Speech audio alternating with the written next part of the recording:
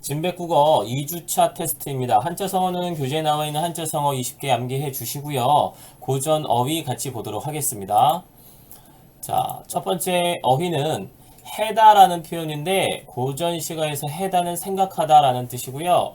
이 해다의 명사형이 고전 시가에는 상당히 여러 가지 형태로 나오는데요. 해음이나 해염, 행가림 이런 형태로 나오는데 해다가 생각하다 이런 뜻으로 해석하시면 되니까 해음, 해염, 행가림 등은 생각이라고 해석하시면 됩니다. 자, 우리 예문을 보면 기난숨, 디난 눈물, 디난은 진난이죠. 이제 이게 나중에 국외음화가 돼서 디귿이 지읒으로 바뀌어서 진난이 됩니다. 그래서 기난숨, 지는 눈물, 속절없이 햄만 많다 그러면 생각만 많다 이런 뜻이고요.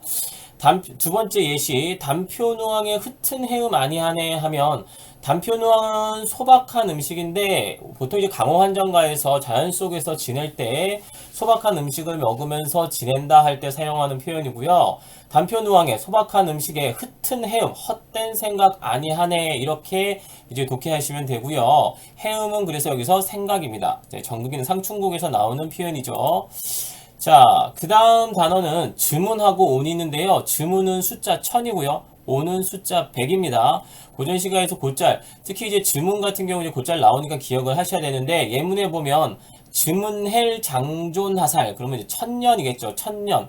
1000년을 장존, 오랫동안 존재한다는 건데, 이제 부드럽게 현대어로 이제 해석해보면, 1000년을 장수하실 약이라 받잡노이다 이렇게 해석하시면 되겠습니다.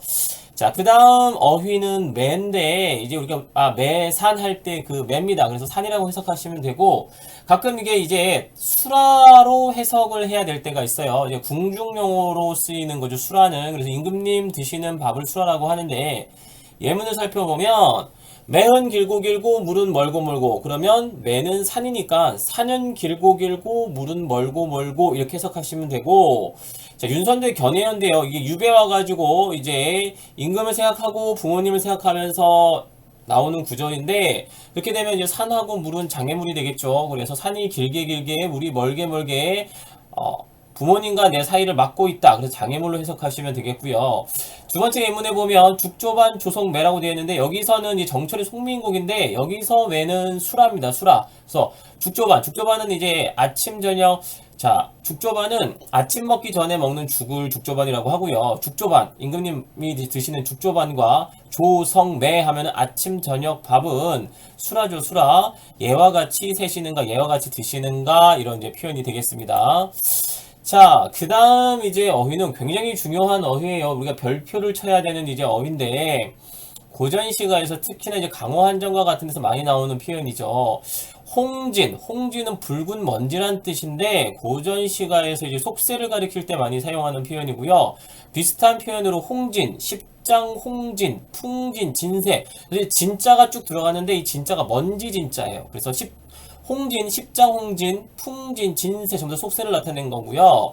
이제 인간 사이, 인간도 이제 속세를 나타내는 거고, 인세, 야외, 사바, 하계, 찬 여러 가지 이제 표현들이 씁니다.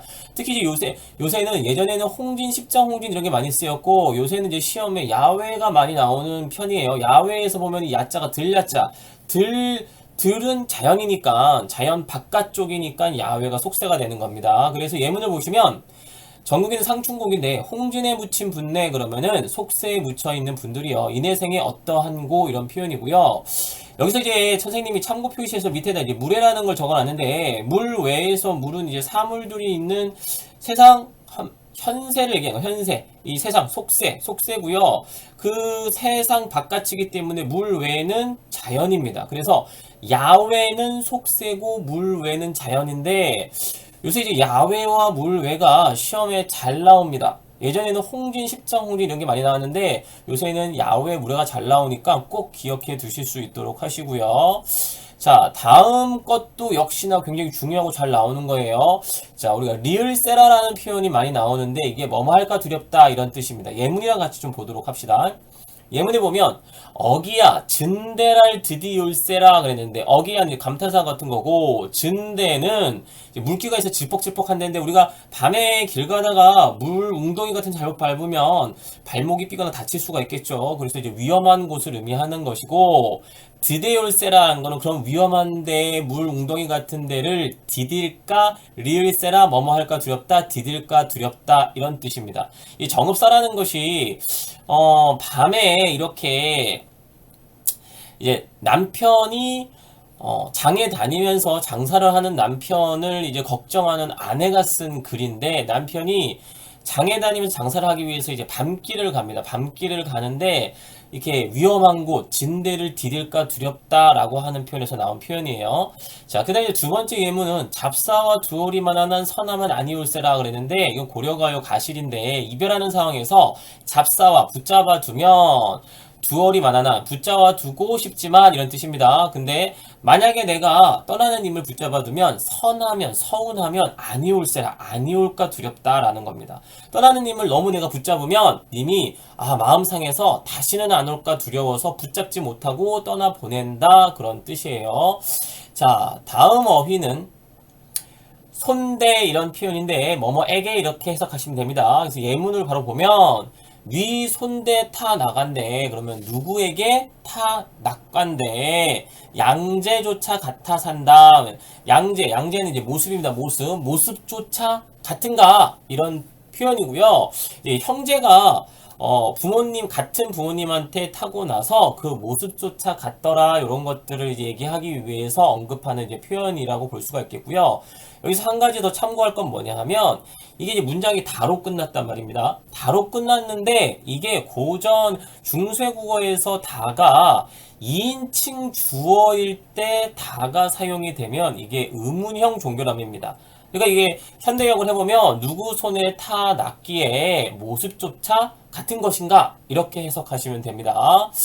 자, 그 다음에 이것도 이제 곧잘 나오는 표현이에요. 뭐뭐 도곤 내지는 뭐뭐 라와 뭐뭐에 이런 표현인데 이게 이제 현대어로 생각을 해보면 뭐뭐 보다 이런 뜻이고요. 비교 부사격 조사라 그래서 비교하는 내용이에요.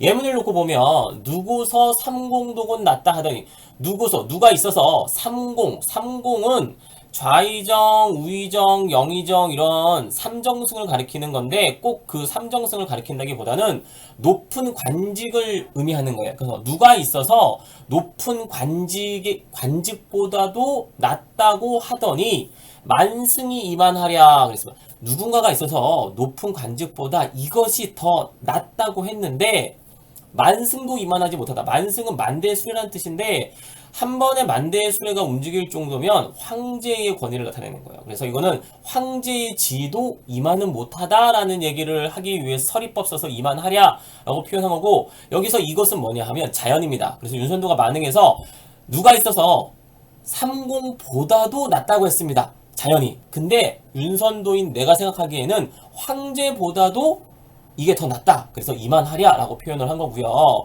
자, 그 다음 예문은 청산별곡인데요. 널라와 시름한 나도 너보다 역시나 이제 뭐뭐보다예요. 그래서 너보다도 시름이 한 나도 시름이 많은 나도 자고 일어 우노라 자고 일어나서 울더라 이런 뜻입니다. 그래서 뭐뭐 도곤이나 뭐뭐라와 내지는 뭐뭐에 이런 표현들을 이제 뭐뭐보다라는 뜻이에요.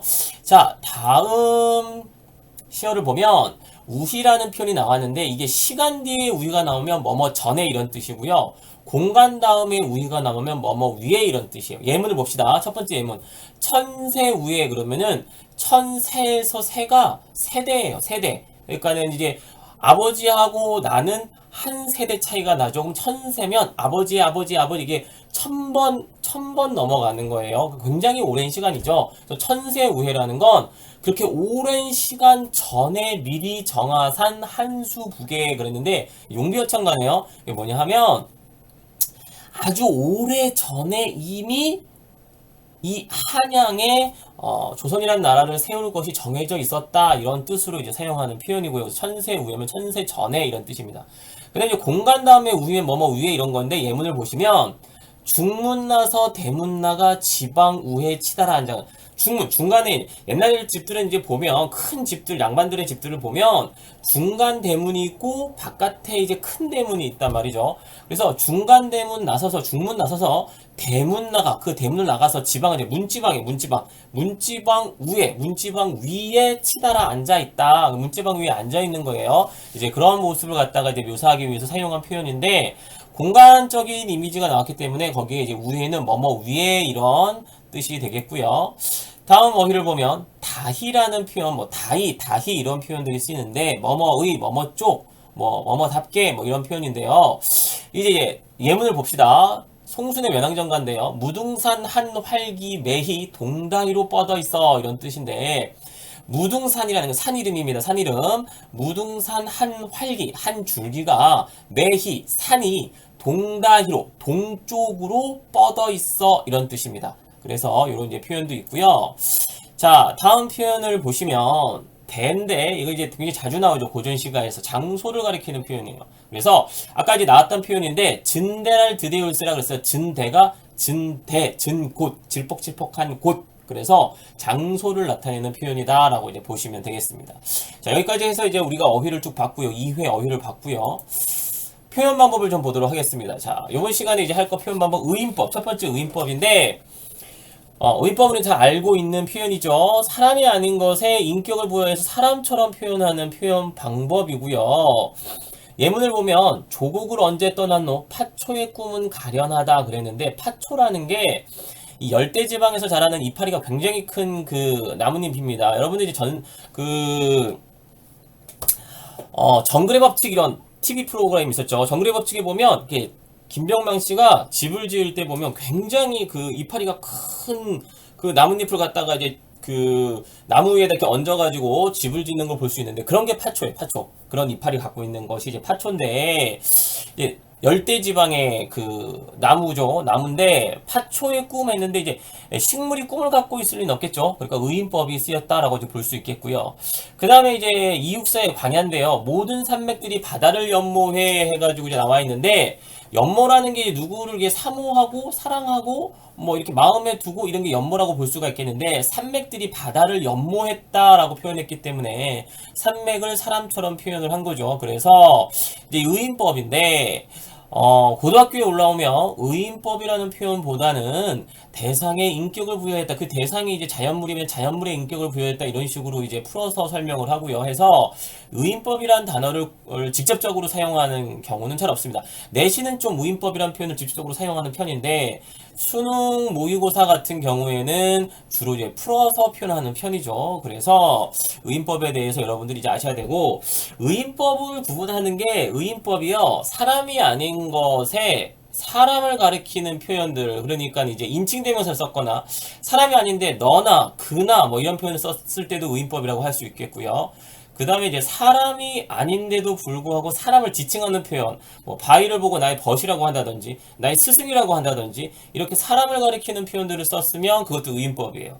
그 다음에 이제 사람이 아닌 대상을 불러서 대화를 시도한다든지, 기러기야, 너는 어찌하여? 뭐 이렇게 하면서 말을 건다든지, 그러면 그것도 의인법이죠. 말을 이렇게 건다든지 이런 것들이 다 의인법이고, 그리고 사람이 아닌데 사람의 정서를 갖고 있게 표현을 한다든지 아니면 사람의 행동 뭐 미소 짓는다 속삭인다 이런 표현을 쓴다든지 이런 것들이 전부 다 의인법에 속한다 라고 보시면 됩니다.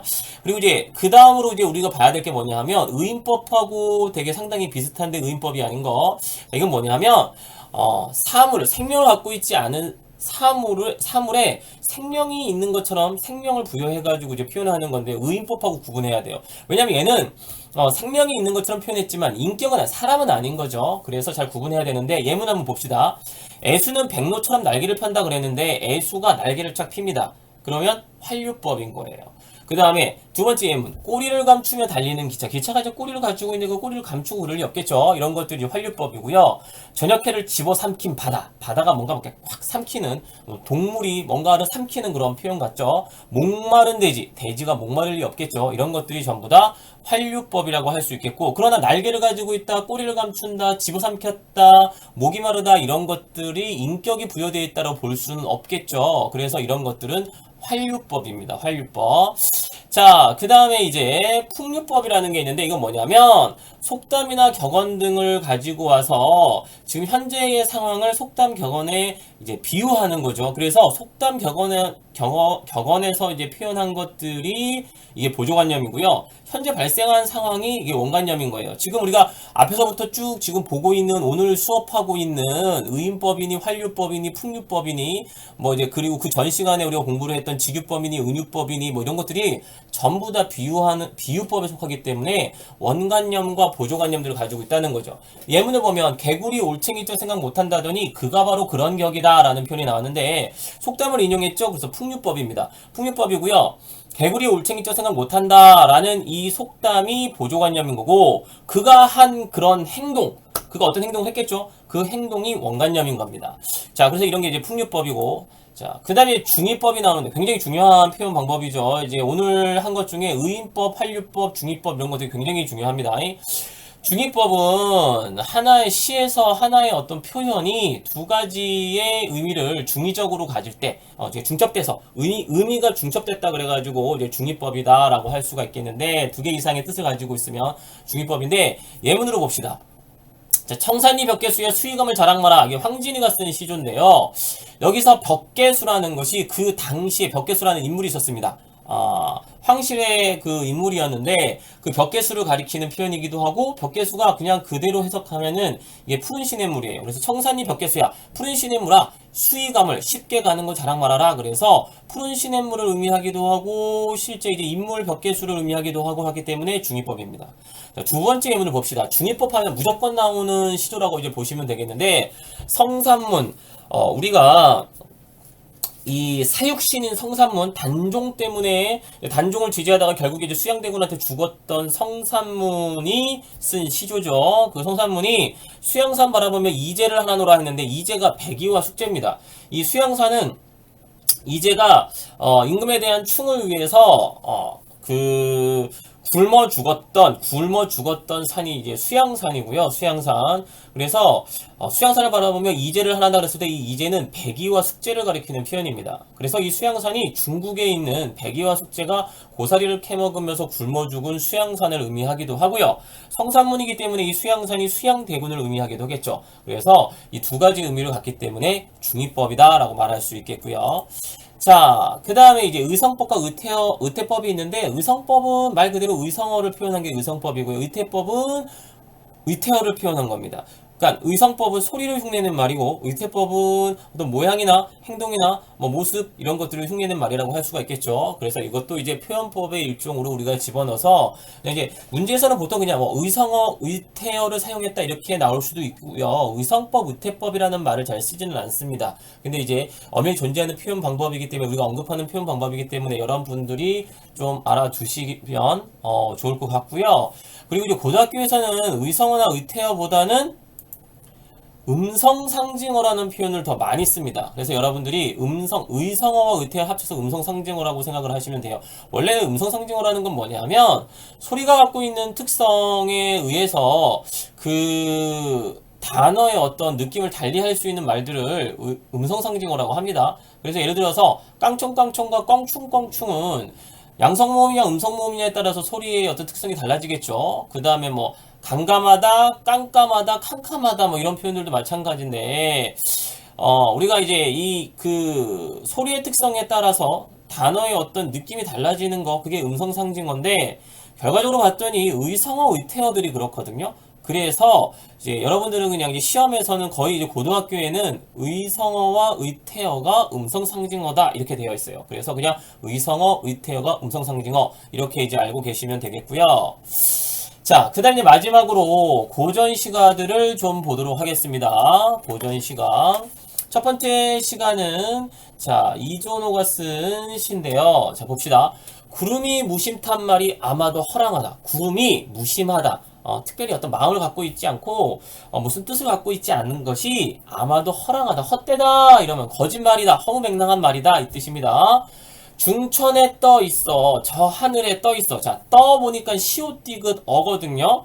시옷 디귿 이건 어떻게 읽어요? 고전 시가에서 이렇게 서로 다른 자음이 두 개 있을 때는 뒤에 자음을 기준으로 해서 된소리를 읽으면 되겠죠. 중천에 떠 있어서, 저 하늘에 떠 있어서 임의로 다니면서 자기 마음대로 막 임의로 왔다 갔다 하면서 구태여 광명한 날빛을 따라가며 덮나니, 광명한 날빛, 날빛이라는 거는 날이 이제 해를 가리키는 거예요. 밝은 해를 따라다니면서 가린단 말입니다. 자, 그런데 고전 시가에서 해는 임금을 가리키는 표현입니다. 100% 그렇지는 않을 수 있지만 굉장히 많은 경우에 임금을 가리키는 표현이에요. 자, 다시. 자, 고전 시가에서 임금을 가리키는 표현이 주된 표현이 이제 세 가지가 있어요. 첫 번째 해, 두 번째 달, 그 다음에 세 번째 북극. 북극은 이제 북극성을 가리키는 겁니다. 북극성은 별들 중에서 지구의 자전축 위에 있기 때문에 밤새도록 지구가 자전하면서 별들이 이렇게 하늘에서 이렇게 쭉 움직이지만 북극성만큼은 움직이지 않고 제자리에 있습니다. 그러다 보니까 사람들이 보기에는 북극성을 중심으로 별들이 돌고 있는 거죠. 그래서 북극성을 임금이라고 생각하는 거예요. 그래서 북극성이라고 나올 때도 있지만 보통 북극이라고 나옵니다. 그래서 정리하자면 고전 시가에서 해나 달이나 북극은 임금을 가리키는 경우가 굉장히 많습니다. 분명히 확실하게 기억해 두셔야 되는 부분이고요.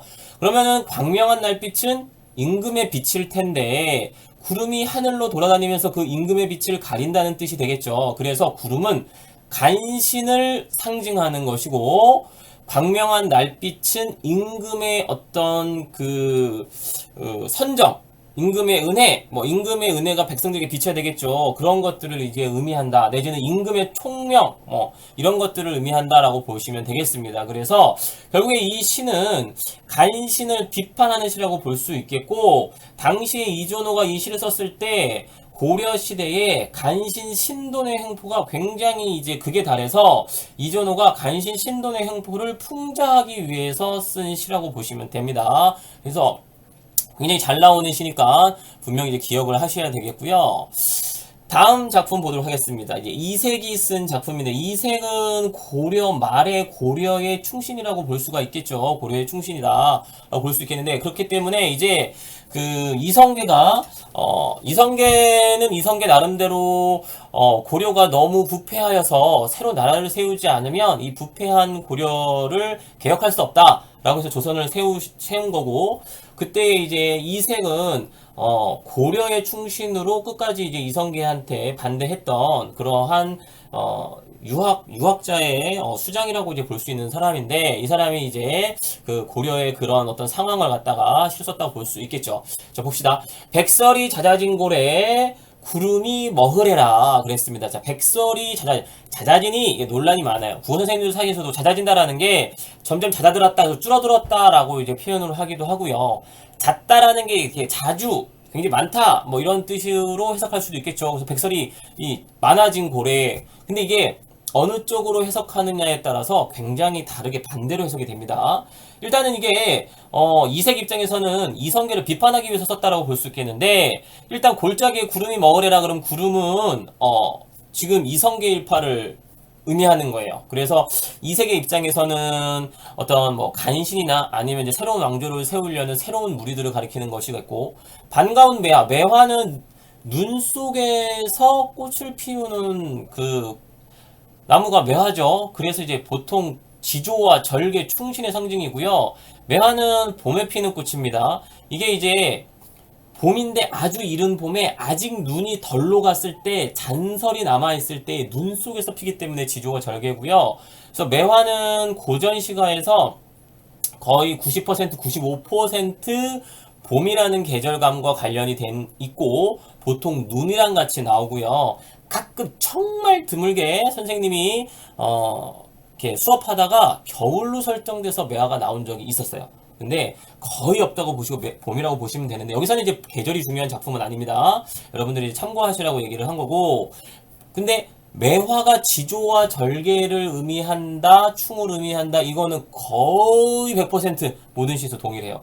반가운 매화는 고려의 충신을 가리키겠죠. 반가운 매화는 어느 곳에 피었는 매화가 안 보인다 이겁니다. 그래서 의문문을 통해서 현실에 대한 안타까움을 드러낸다라고 볼 수가 있겠고, 그렇게 되면 이제 백설이 잦아진 고래 했으면, 백설이 잦아졌다라는 게 좀 줄어들었다라고 본다면 백설이 좀 이제 지금 사라져가는 어떤 충신들을 의미한다고 볼 수도 있고, 아니면 백설이 굉장히 많은 거라고 본다면 이제 그 고려 조선의 이성계일파다라고 보실 수 있겠습니다. 보실 수 있겠고, 공은 상황에 따라서 여러분들이 해석하시면 되고, 이게 이제 거의 내신에서 나오면 학교 선생님이 가르쳐 주신 대로 가시면 돼요. 학교 선생님이 가르쳐 주신 대로 가시면 되겠고, 이제 보통의 일반적으로 매화가 나오고 눈이 나왔을 때의 백설은 부정적 의미예요. 그래서 부정적 의미로 보통 이제 해석을 많이 합니다. 그래서 반가운 매화는 어느 곳에 피었는고, 석양에 홀로 서 있어. 석양이라는 건 해가 지는 건데, 해가 지는 거니까 하강적 이미지, 시의 애상적 분위기를 부여한다라고 보시면 되겠고, 애상적 분위기라는 건 애상이라는 슬프고 쓸쓸한 겁니다. 슬프고 쓸쓸한 분위기를 부여한다라고 볼 수 있겠고, 석양이라는 게 이제 고려의 점점 기울어가는 고려의 현실을 드러내고 있다라고 이제 보시면 되겠죠. 그래서 정리하자면, 자, 이제 간단하게 우리는 이렇게 정리합시다. 백설은 새로운 이성계 일파, 자, 시적 화자 입장에서는 간신이겠죠. 매화는 지조와 절개를 지키는 충신을 의미한다. 이렇게 보시면 되겠고, 석양은 기울어가는 고려의 현실을 나타낸다. 이렇게 보시면 되겠어요. 그래서 그런 현실을 풍계적으로 드러낸, 우의적으로 드러낸 표현이다라고 보시면 되겠습니다. 우의적이다라는 건 비유를 통해서 돌려 말할 때 우의적이다라고 표현을 합니다. 그래서 석양에 홀로 서서 갈 곳 몰라 하노라. 어떻게 해야 될지 모르겠는 그런 심정을 나타냈다. 안타까운 심정을 나타냈다라고 여러분들이 보시면 되겠습니다. 자, 다음 시조 보도록 합시다. 이거는 이제 정몽주의 어머니가 썼다라고서는 이제 전해지는 시조인데, 정몽주가 이성계를 만나러 갔다가 이제 이방원한테 철퇴에 맞아서 죽죠. 그렇게 해서 이성계를 만나러 갈 때에 정몽주의 어머니가 이 시를 읊으며 이제 정몽주가 이성계를 만나러 가는 거를 이제 말렸다고 해요. 그럼에도 불구하고 정몽주가 나는 당당하게 이성계를 만나러 간 거죠. 이성계를 만나러 갔는데, 그래서 이제 이방원을 만나고 이제 돌아오는 길에 선주교에서 철퇴에 맞아 죽었다라고 이제 얘기가 되는데, 정말로 정몽주의 어머니가 이성계를 만나러 가는 아들을 붙잡고 시조를 읊었다라고 막 보기는 이제 조금 어렵겠죠. 그래서 이제 뭐 누군가가 짓고 그렇게 이제 뭐 이야기가 만들어져서 전해졌다라고 이제 볼 수도 있는데, 어찌됐든 지금 뭐 알려진 건 정몽주의 어머니가 작가다라고 되어 있습니다. 자, 시를 독해 봅시다. 까마귀 싸우는 고래 백로야 가지 마라. 백로는 이제 하얀 학이겠죠. 두루미 뭐 학을 이제 의미하는 건데, 까마귀 싸우는 고래, 까마귀는 검은색이니까, 그리고 보통 일반적으로 이제 시에서 좀 까마귀가 시에서 부정적으로 해석될 수도 있고 긍정적으로 해석될 수도 있는데, 여기서는 이제 부정적으로 해석되는 경우가 더 많겠죠. 까마귀 싸우는 골에 백로야 가지 마라 그랬을 때, 까마귀 싸우는 골 이성계 일파들이 있는 곳에 가지 말아라 라고 이제 만류하는 거겠죠. 그래서 까마귀는 부정적인 대상 내지는 이성계 일파라고 해석하시면 되겠고, 백로는 정몽주를 가리키겠죠. 내지는 충신을 가리키겠고, 색채가 대비가 되네요. 까마귀의 검은색, 백로의 흰색, 색채 대비겠네요. 색채 대비를 통해서 대비적인 두 대상을 부각해서 이제 보였다라고 할 수 있겠죠. 그러면서 이제 만류하는 그런 뜻을 보이고 있다라고 볼 수 있겠고, 성난 까마귀가 흰빛을 세우나니, 성난한 그 까마귀가 하얀 백로의 그 흰빛을 시샘한다 이거죠. 그래서 청강에, 맑은 강에 조이 씻은 몸을, 좋다라는 건 깨끗하다라는 뜻입니다. 우리가 디귿을 쓰는 좋다가 있고 지읒을 쓰는 좋다가 있는데, 고전 시가에서 디귿을 쓰는 좋다가 오늘날의 좋다고, 지읒을 쓰는 좋다는 깨끗하다라는 뜻이에요. 그래서 청강에 깨끗이 씻은 몸을 더럽힐까 하노라 이런 뜻이죠. 그래서 자, 어떻게 보면 이제 그 이성계 일파를 대하는 정몽주의 어머니의 조금 이제 좀 아들이 좀 소극적으로 좀 대하고 자기 몸을 좀 풍겼으면 좋겠다 뭐 이런 뜻을 해석할 수도 있고요. 혹은 굳이 그렇게 서로 다투고 싸우는 무리들 곁에 새하얀 그런 정몽주와 같은 존재가 갈 필요가 있겠는가, 뭐 이런 시로 우리가 해석을 할 수가 있겠습니다. 자, 그 다음 시를 좀 보도록 합시다. 이것은 이제 이직이라는 사람이 쓴 건데, 이게 이제 핵심 내용부터 말씀을 드리면, 겉과 속이 다른 소인배들을 이제 비판한 겁니다. 그래서 소인배들 비판한 거고, 유교 이념에 얽매여서 도량이 좁고 겉과 속이 다른 그런 고려 유신들, 오히려 이제 이성계 일파가 아니라 고려 유신들을 비판하는, 고려 유신들 너네들은 겉과 속이 다르다라는 거예요. 그래서 여기서는 오히려 백로를 비판하고 있고, 까마귀가 겉과 속이 다르지 않다, 뭐 이런 표현입니다. 한번 해석을 해봅시다. 까마귀 검다하고 백로야 웃지 마라. 요번에 이제 비판의 대상이 백로입니다. 까마귀가 검다고 백로 너 비웃지 말아라 라는 표현이에요. 겉이 검은들 속조차 검을 쏘냐? 검을 쏘냐? 서리법이죠. 서리법이고, 그러면 누구는 겉과 속이 다릅니까? 백로 보고 너는 겉과 속이 다르다라고 지금 표현을 하고 있는 거야. 겉과 속이 다른 거 한자성어로 표리부동이라고 얘기를 하죠. 그렇죠? 겉과 속이 다르다 표리부동. 자, 종장 독해해 봅시다. 아마도 겉이고 속 검을 쏜. 겉은 희면서, 백로는 겉이 희겠죠. 속이 검은 건 너뿐인가 긴가 하노라.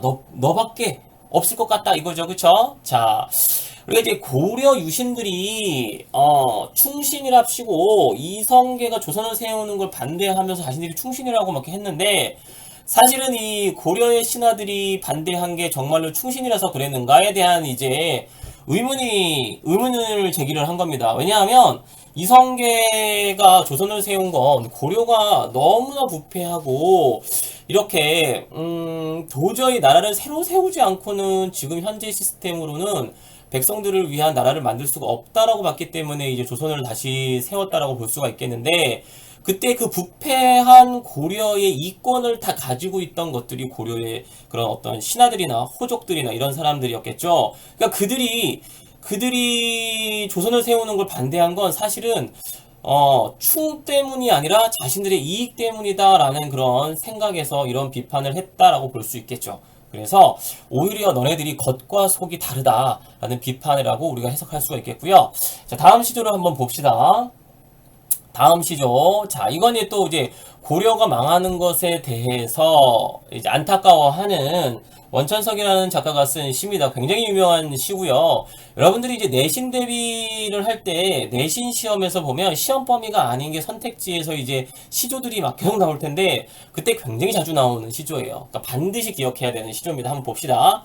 흥망이 유수하니, 흥하고 망하는 것이 유수에서 이게 이 수가 운수할 때 그겁니다. 우리가 숫자 할 때 그 수도 이것을 쓰기는 하는데, 운수할 때도 이거를 써서 유수하다라는 건 운수에 달려있다 이겁니다. 흥하고 망하는 건 하늘의 뜻입니다. 운수야, 운명, 운수에 달려있으니 만월 때도 추초로다. 만월 때는요, 고려의 궁궐터를 가리킨 겁니다. 고려의 궁궐터.